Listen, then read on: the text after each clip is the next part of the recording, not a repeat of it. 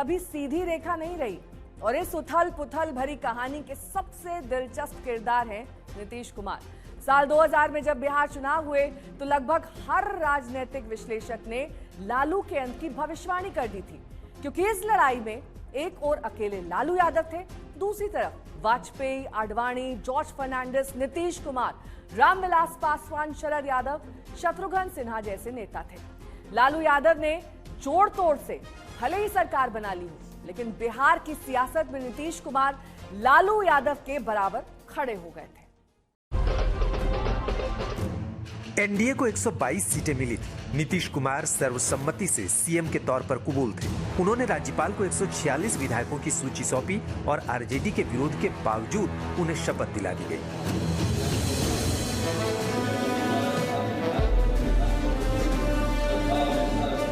समय जो मेजॉरिटी करने की बात, मेजॉरिटी प्रूफ करने की बात है, वह जो आंकड़ा दिखाई पड़ रहा था वह नीतीश कुमार के फेवर में दिखाई पड़ रहा था। तो ये इस बात को जानिए कि राज्यपाल उसी को आमंत्रित करेंगे जिसका कि वो आंकड़ा दिखाई पड़ता है।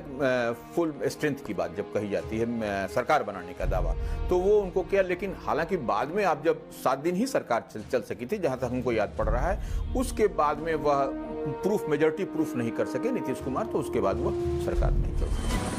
लेकिन ये ड्रामे का अंत नहीं था। लालू यादव दिल्ली गए, सांप्रदायिक ताकतों को सत्ता से दूर रखने की खातिर कांग्रेस का समर्थन हासिल किया। छोटी पार्टियां, इंडिपेंडेंट एमएलए, सबको लालू ने अपने साथ बनाए रखा।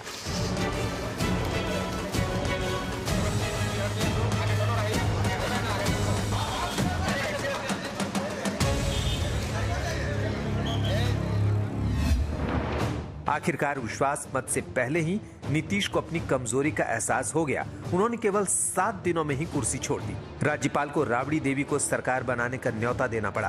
कांग्रेस का बाहरी समर्थन मिला और राबड़ी देवी बिहार की मुख्यमंत्री बन गई। मुख्यमंत्री राबड़ी देवी होगी और कौन होगा? हम लोग छिपा के बात करते हैं। मुख्यमंत्री का वैकेंसी कहाँ है? राबड़ी देवी के लाइसेंस एक्सपायर हो रहा है, रिन्यूअल होगा।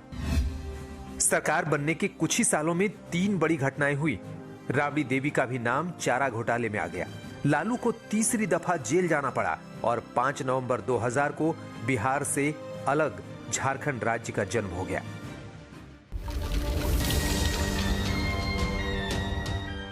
साल 2004 में आम चुनाव हुए।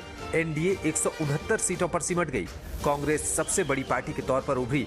सरकार बनाने के लिए यूपीए का गठन हुआ। आरजेडी इस गठबंधन में दूसरी सबसे बड़ी पार्टी थी और लालू यादव रेल मंत्री बने।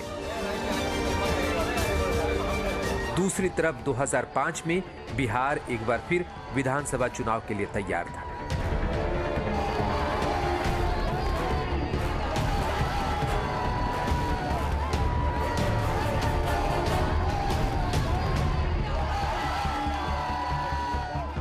फरवरी 2005 में जो चुनाव हुए उसमें बिहार ने किसी भी पार्टी को स्पष्ट बहुमत नहीं दिया। बिहार में राष्ट्रपति शासन लगा दिया गया। 9 महीने बाद जब नवंबर 2005 में दोबारा चुनाव हुए तब नीतीश की अगुवाई में एनडीए को स्पष्ट बहुमत मिला। बीजेपी जेडीयू को 143 सीटें मिली। आरजेडी 54 सीटों पर सिमट गई।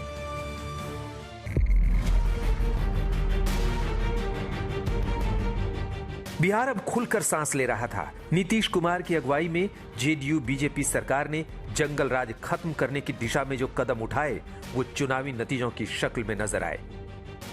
2010 का पूरा चुनाव वो नीतीश कुमार के कामकाज पर, उनके गवर्नेंस पर, उनके विकास के कामों पर और कानून व्यवस्था के मामले पर उनकी सरकार के द्वारा उठाए गए जो कड़े कदम थे उन पर लोगों ने उनको दोबारा मौका दिया था और भारी बहुमत के साथ मौका दिया।